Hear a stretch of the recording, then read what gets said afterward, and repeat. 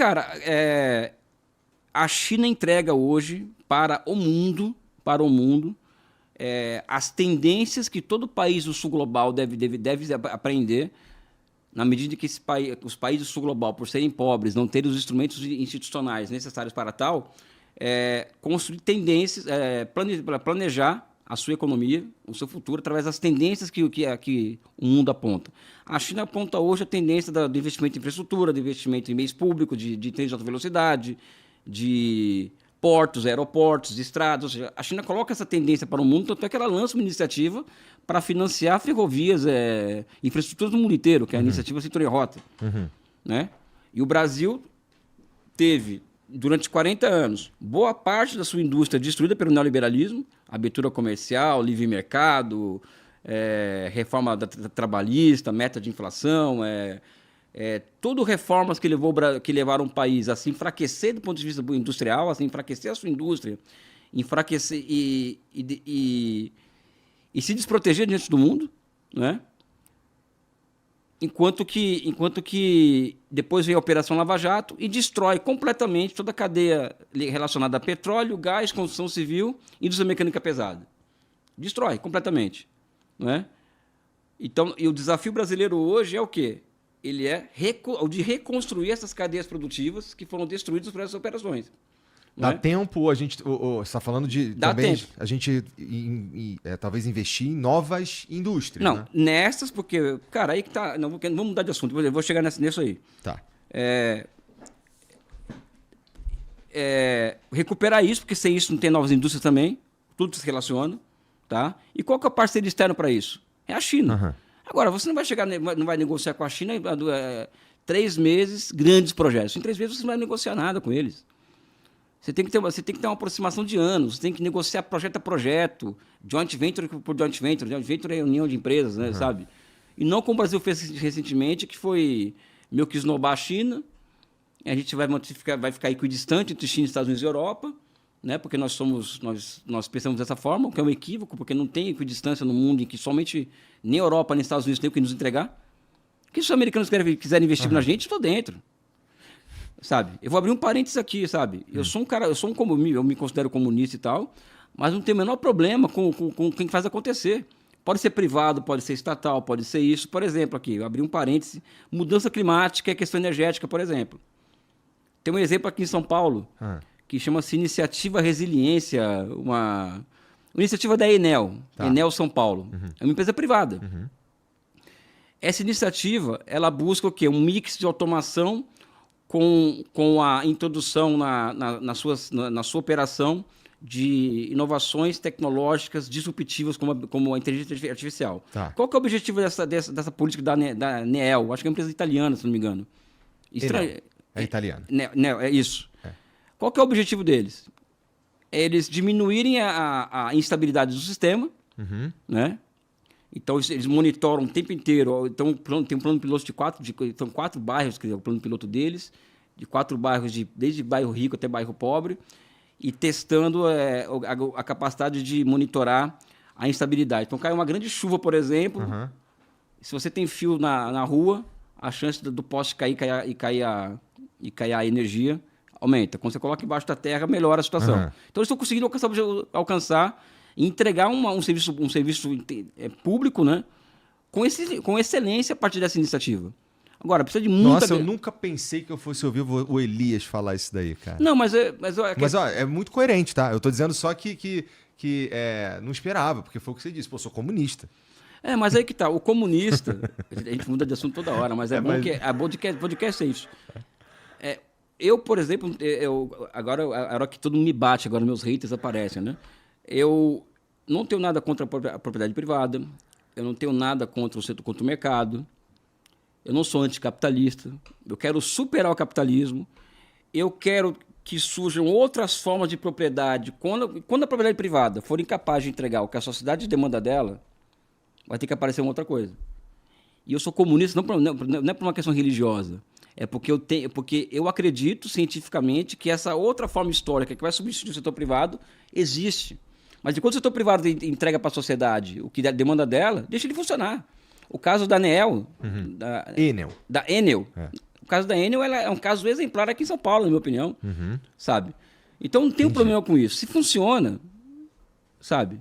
Porque eu sou pragmático, sabe?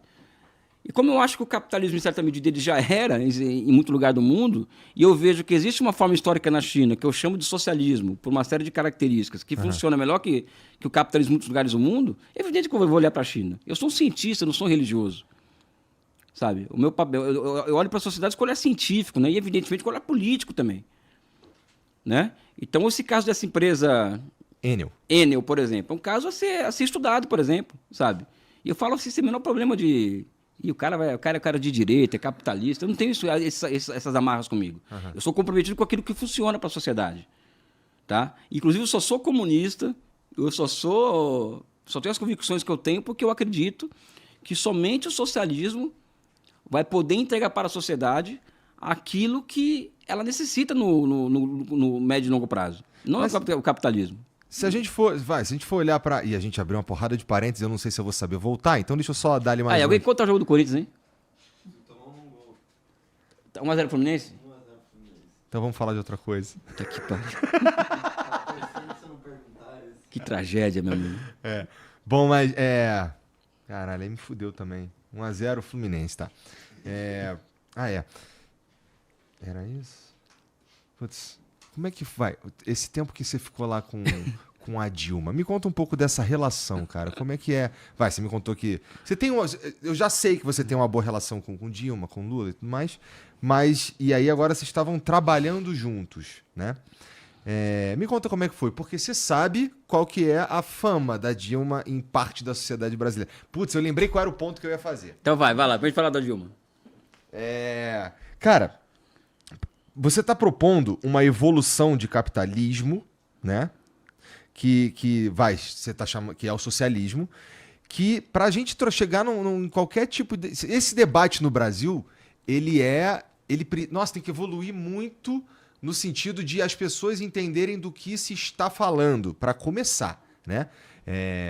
Então, como você diz que lá na China, que é uma sociedade muito antiga e que para os caras não é uma questão, porque sei lá, chegar a essa conclusão...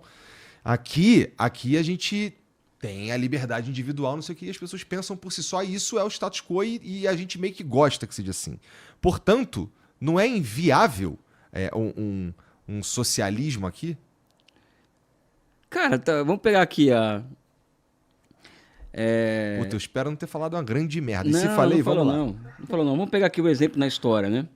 Você imagina, né, em 1860, por exemplo, o fim da escravatura, por exemplo? Não imaginava. Que era normalizado, naturalizado. O cara tem escravo, vende escravo, não sei o que. Era normalizado. Era o status quo. Não é? Era o status quo. Ninguém imaginava, por exemplo, que depois de 150 anos e tal, iam estar estudando nas escolas como que poderia ter tido escravidão no Brasil, né? Não é chocante isso, pessoal? Total. Naquela época não era. Daqui 150 anos a gente vai estar estudando o seguinte, cara, o cara tinha que sair de casa, passar 2 horas no ônibus, para trabalhar, para ganhar um salário de fome, sabe? E falavam que aquilo era liberdade, o cara estava exercendo a liberdade.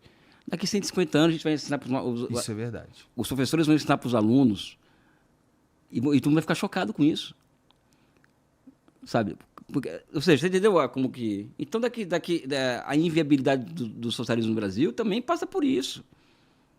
Por quê? Porque o capitalismo, o socialismo é uma resposta histórica para problemas historicamente colocados, né? Então, o Brasil um dia vai se colocar essa pergunta sabe? Vamos encarar isso? A sociedade vai estar amadurecida para isso, a ponto dela fazer uma revolução, por exemplo, e chegar a criar condições para a sociedade se desenvolver em outro patamar, sabe? Nós não chegamos a esse ponto ainda. Mas podemos chegar. A China chegou, cara. Vamos pegar o caso da China. A China, em 1839, tem a Guerra do Ópio. A Inglaterra foi a guerra, que hoje fala da liberdade, contra a Ucrânia, foi lá apoiar a Ucrânia, que a Rússia é um país opressor, que a Ucrânia é a liberdade, é a Europa. A Inglaterra foi a guerra contra a China para a legalização do tráfico internacional de drogas, o ópio. Pô, mas 1800 e caralho. É, Também, né? sim, tá na história, meu amigo. Sim, é verdade. Ou seja, a Inglaterra foi uma potência uma potência traficante de drogas. Isso está marcado na história. O Flamengo não foi campeão mundial em 81? Não está na história? Ah. Tá na história, meu amigo. Então ninguém tira isso de vocês. É verdade, papo reto. Sabe? Então, eles fizeram isso. E a China entrou num processo de degradação desde então, que em 1949, a expectativa de vida na China era de 35 anos de idade. 35 anos de idade. E a China era o país mais pobre do mundo.